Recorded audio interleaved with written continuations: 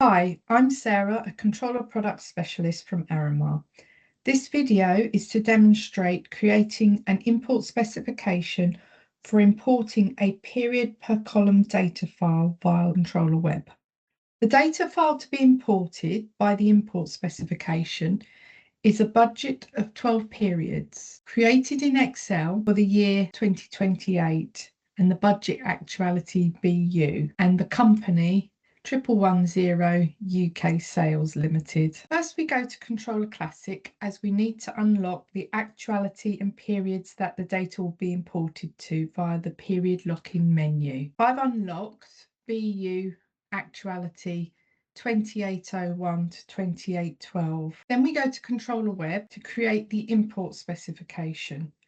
Ensure the project is the first period of the data to be imported, so in this case 2801 BU. As the budget data in the Excel file is for company 1110 UK Sales, we are going to go into the workflow for that company. To create the import specification, from the Populate tab, select Import Data, followed by Import Settings. We're creating an import specification, so we select the Specifications tab. Then click Create Specification button at the bottom of the list of import specs to set up a new import specification. The Create Specification window will open.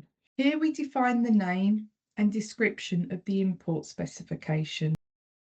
Notice that you need to define other attributes of the data file you're importing: Excel file type, separator digit groupings, the start row, which in our case is 4, to skip amounts, and the important part, looping by period, because we need to loop over 12 periods. Now we select the newly created budget import specification to set the fields. At the top of the import specification, it confirms that looping by period is enabled. There is also a warning that the actuality and period will be available at runtime. This means that there is no actuality or period field to define in the import specification, as the actuality and period of the data is selected at runtime, or if not selected, will be defaulted to the actuality and period that the user is in at the time of running the import specification. Set the fields of the controller parameters such as account, company, dimensions if used, and counter company if used. The amount field is where we set the boundaries of the periods of data by selecting the start and end column. Under the column index start, the column number of the first period in the Excel data file. Under the column index end, the column number of the last period of the. If we look at the data file, the first period is in column 5 and the last period is in column 16. So back to Controller Web, import specification, where under amount we enter 5 in the column index start, 16 in the column index end, and to save the import specification we select Save from the top of the screen. Now we are ready to test the import specification and check for any issues via the Review Error report. Select Done at the bottom of the screen to return to the Import Data window. Browse for and select the budget data file with the 12 columns of data by period to be imported. Select the budget import specification. The actuality and period of the project that we are currently in is shown. Select Next and the system will read the data using the import specification field mapping.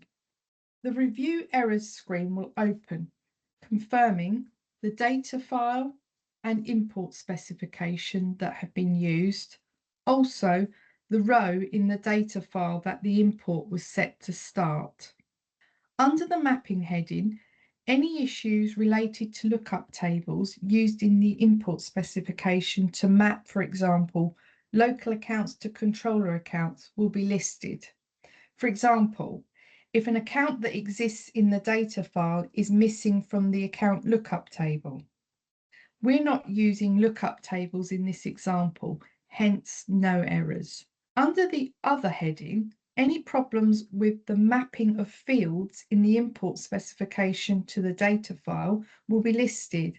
For example, if the counter company codes in the data file are in column 4, but it is incorrectly defined under the counter company field in the import specification as 5. If there are any errors in mapping or other, they need to be fixed before selecting Next to continue to the preview screen. The preview screen gives a summary of the data that will be imported. It confirms the data file and the import specification previewed. It gives the number of rows that have been read and the number of rows that have been discarded. If the review errors screen shows neither mapping nor other errors, rows discarded will equal 0. The number of companies and the name of those companies that will receive data on import is also listed.